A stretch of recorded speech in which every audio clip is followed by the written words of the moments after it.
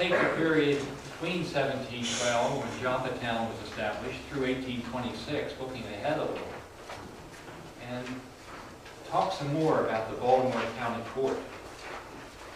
This is a deceiving turn of phrase from our perspective, because we know what courts do. They handle litigation business. But as said earlier, talking about the English courts, the English shires, the county court did more. It was the administrative agency that ran the county as well. So it had both a judicial function, handling civil and criminal cases, shared that judicial power with provincial courts in Annapolis, but it also had an executive function. And undoubtedly the most important executive function was levying and collecting taxes. The tax of that era was a property tax. You would measure what wealth the individual had and levy the tax accordingly. The tax was typically paid in tobacco rather than money, tobacco being the typical currency of the realm. There were also various court officials, various officers of the court. You had the sheriff, who was sort of the head man. He was the county executive, we might say today. He served writs and summons. He often acted as the coroner. He supervised the constables, the road crews, and the collection of taxes. The courthouse also became the repository of deeds and records. There would be a clerk of the court, an official of the county court, who had the charge of managing this repository. During this era, the government also took some steps to deal with poor relief.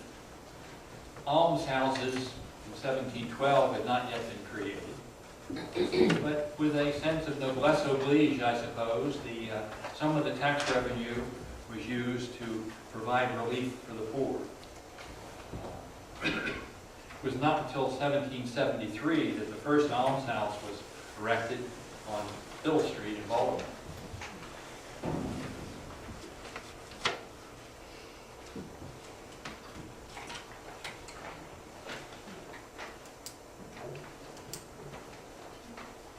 Let's go back to 1729.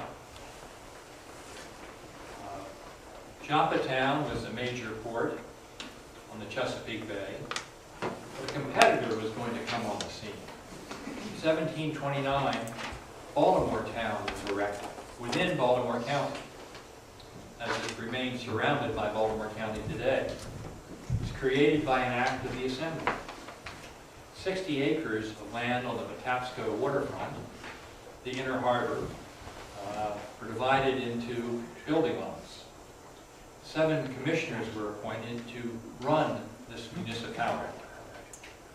The primary activity of the town initially was an effort to sell the 60 building lots.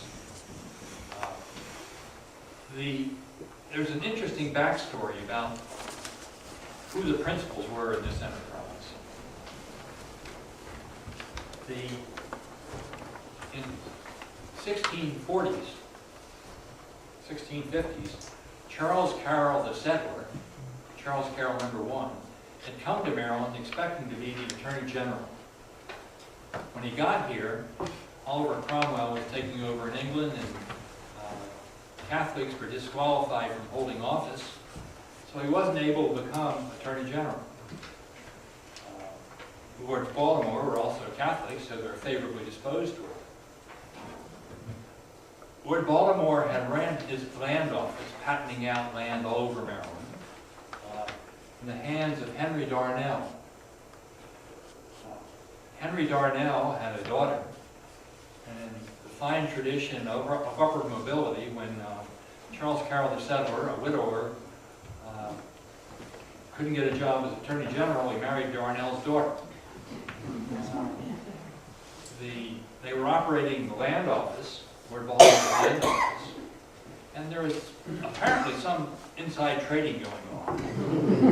In any case, by the time that Charles Carroll the settler died, he took over the land office after Henry Darnell died, And when Charles Carroll the settler died in 1720, he had 60,000 acres of Maryland land. He was perhaps one of the richest men in North America because of that land.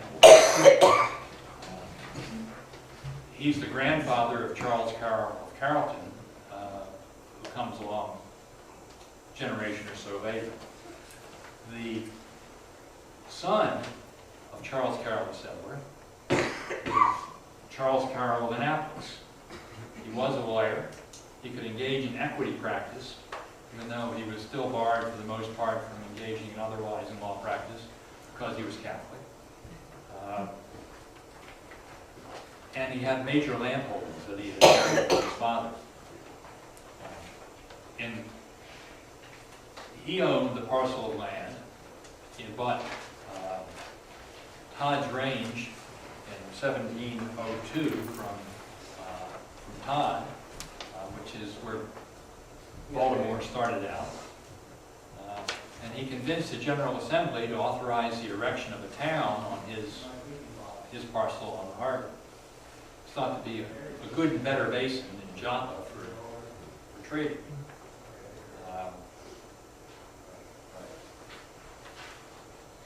1729 then is when Baltimore town was erected within Baltimore County.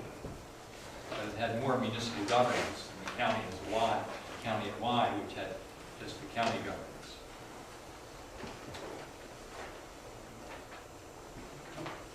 In 1768, the county seat of the courthouse and the jail were moved from Joppatown to Baltimore town.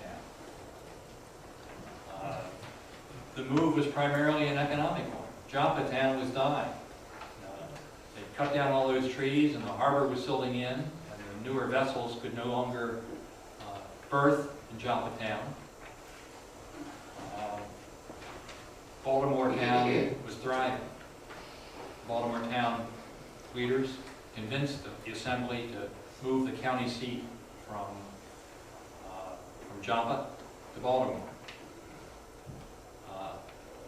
The county court moved from Joppatown to Baltimore. A new courthouse was erected.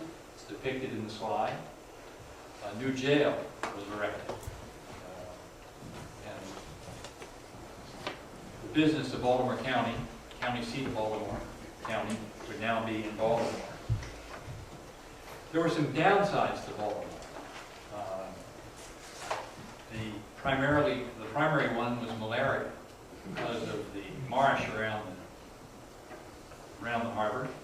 The malarial marsh is what we now call Harbor East.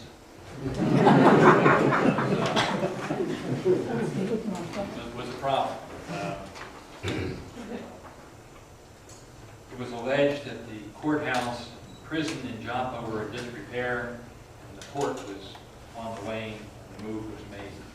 Another major reason was that tobacco was no longer as economically important as an agricultural product as wheat, and Baltimore had much better access to the wheat fields of the West, and had a number of mills. The Elliott brothers had mills, and also mills along the Jones Falls that made Baltimore an economically vibrant and growing place.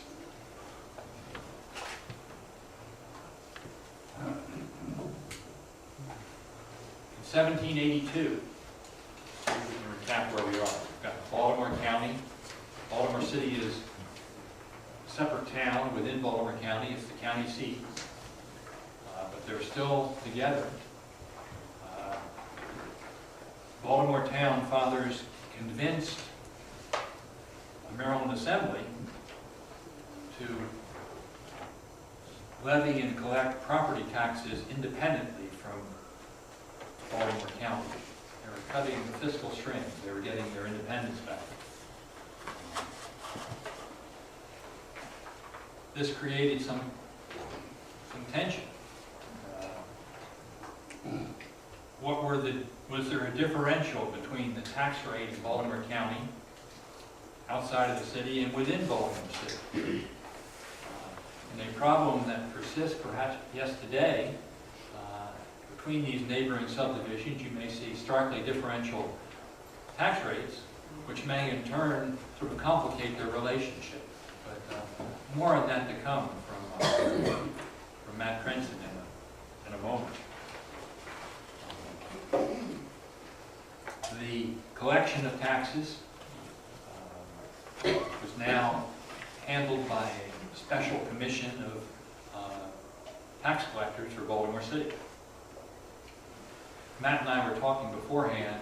We were sort of scratching our heads. Well, how did it work? Did Baltimore City people pay both the county tax and the city tax, or one or the other? And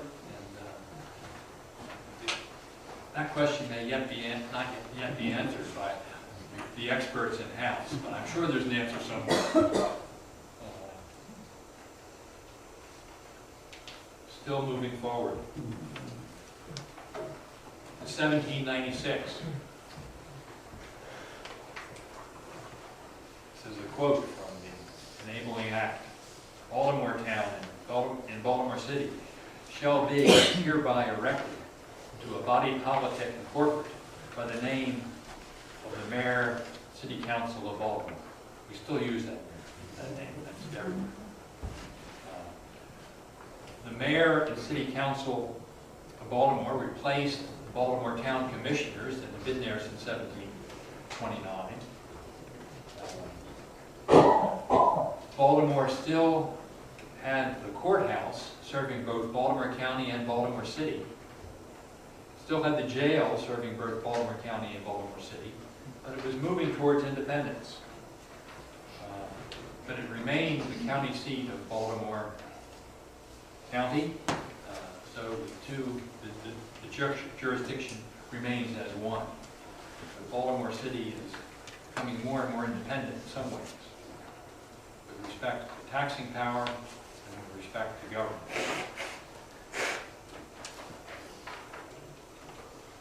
In 1816, the growing Baltimore City, county seat of Baltimore County, extended its boundaries to the precincts, to North Avenue. And Matt Crenson's going to talk a good deal about this, so let's leave that alone.